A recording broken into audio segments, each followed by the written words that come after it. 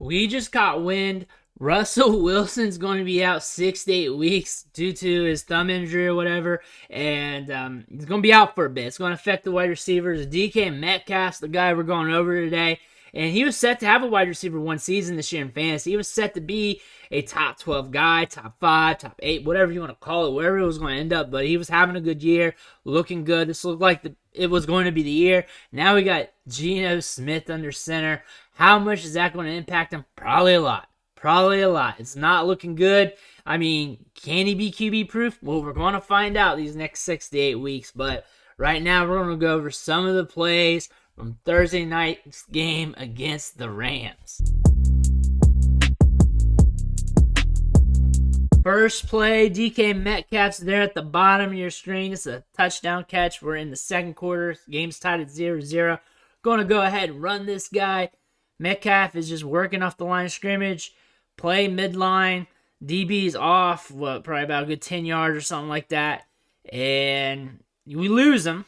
He makes a break. He gets the target right around here-ish. We got a little foot there in the corner, DK. And now the ball's rifled in. Nice catch out away from him. Good little window there for Russ to throw into. And he gets into the end zone. Once DK is around this area, it's hard to tackle him to prevent him to not get that extra yard, half yard, 2 yards, whatever. He's going to muscle through that. He's 230 pounds, and he builds up a lot of inertia because he's got that speed. Nothing really to note off the route or anything because we don't have much to work on. He's just running straight up and just playing midline. No cat and mouse games or anything. Russ just dropping back. So, but the catch here, sexy. Out away from strong hands, and then the turn up field and just absorb contact and fall forward for the score. All right, same play, but different angle. So now we get to see what DK's doing here. So coming off the line, just straight up. No cat and mouse, no jumpy feet, no foot fire. Straight off the line of scrimmage.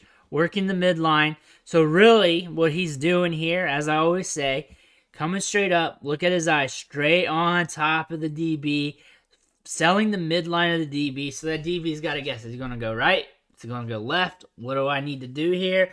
And what DK ends up doing is just doing a speed cut, just rounding it out a shade bit, but just getting out of that break, just working quick, using his explosiveness, his speed to get to where he needs to be. Nothing special, but really just that assertiveness to get to a spot helps him get in that area to earn the target, get that separation. It's not like he was on man coverage. It's just once he crossed the face of 5, he's going with them. I can't tell if they're in zone. I kind of feel like they are.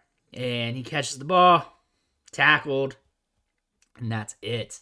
Not a special route, nothing special. One thing you can probably note on this is he's selling. He's not telling where he's going. He's using his eyes to sell, his head, shoulders, knees, and toes. And quick speed. No jukes, nothing to sell that he's going the other way. He's just plant, step, drive, fast, quick, efficiently. 5's got a break on that. And 14 makes the catch and is in for the score. Next play, it's the other touchdown. We're in the fourth quarter, and Seattle's down 16-7 right now. DK's at the bottom of your screen. He's on ball, and we're going to go ahead and run this guy. Again, he's just coming straight off, tacking midline here, getting downfield, gets the target. As you can tell, there's probably no cuts here whatsoever as he went straight, got the target pretty quick. And really, they're going jump ball city with Metcalf. He gets by the DB, catches it with ease, falls backward a bit for the score. Easy money for him. Just an easy play, pretty much a gimme. So he gets downfield. Probably the speed overwhelmed him a little bit. And caught the ball right there. Very good play by Metcalf bringing it in. Very easy one. Awesome. All right, here's the other view of this play. The other side, other angle. We get to watch DK do his work from this angle. So he's coming off the line, straight up. Attacking midline. Shoulders down, head was down at the beginning a bit. Pumping arms pretty good. Selling deep. Head looks back here. Was that head turning back that early enough to sell the DB? DB's looking back here with him. Arm flailed out to the side. And that allows him to scoot past 31. Right there. Obviously the target's coming. He gets in position. Plays some center field. But looking back here, I think this causes the DB to look prematurely a little back. The target might be already on his way. Anyways, and that's probably what he saw. Another thing with his shoulders kind of back a little bit. Being able to read the trajectory of the ball. Something 31 didn't do. He just didn't read it that well. But Metcalf did. That was good center fielding right there.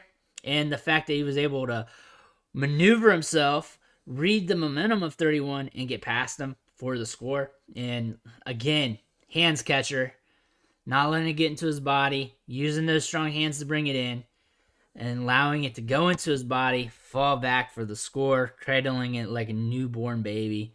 Nothing really special to note on the route. Again, he's not selling anything, but really, he's just getting down there. He looks back. Don't know really if it's any sell at all looking back. I think he's really just looking for the target. And I think 31 just plays poorly on it. And DK Metcalf has a better center field game. All in all, I love DK Metcalf. I love watching him play. I loved him since the college days, combine, everything. It's been just a fun wide receiver to watch, and I'm going to continue to have videos of him just because he's just fun to analyze. A lot of naysayers due to his bad 3-cone, due to people thinking that he can't run crisp routes, even though we kind of debunked that on the channel a few videos ago. But he's a good player. I want to see what he does with Geno Smith. I think this is a good opportunity to see what he's got. I think this is a good chance to see if he can play with bad quarterback play, if he's QB proof, quarterback proof, if he can play with a bad quarterback and still produce. If he can do that, even if it's like just decent, wide receiver 2 numbers in fantasy, I'll take that, and I'll take that as a win. I want to see it. I want to see what he does with a bad quarterback. I want to see that. I'm not expecting wide receiver 1 numbers here on out, but I just want to see this as an experiment. I want to see if he can get it done with Geno Smith, just because I'm a football fan and I don't want to see these new situations. But I want to thank you for watching the show, sticking with me. Make sure you hit that subscribe button on the way out. Every subscription matters. It fuels me to keep going over this tape. It fuels me to help you with your fantasy teams. I'm trying to come at you with different perspectives. That's why I grind tape while I talk metrics and all that stuff, because it's something nobody else is doing. That's what you get from this channel. You get stuff that other people are not doing, mess around with different types of content and everything else. Again, I want to thank you, and I'll catch you next time.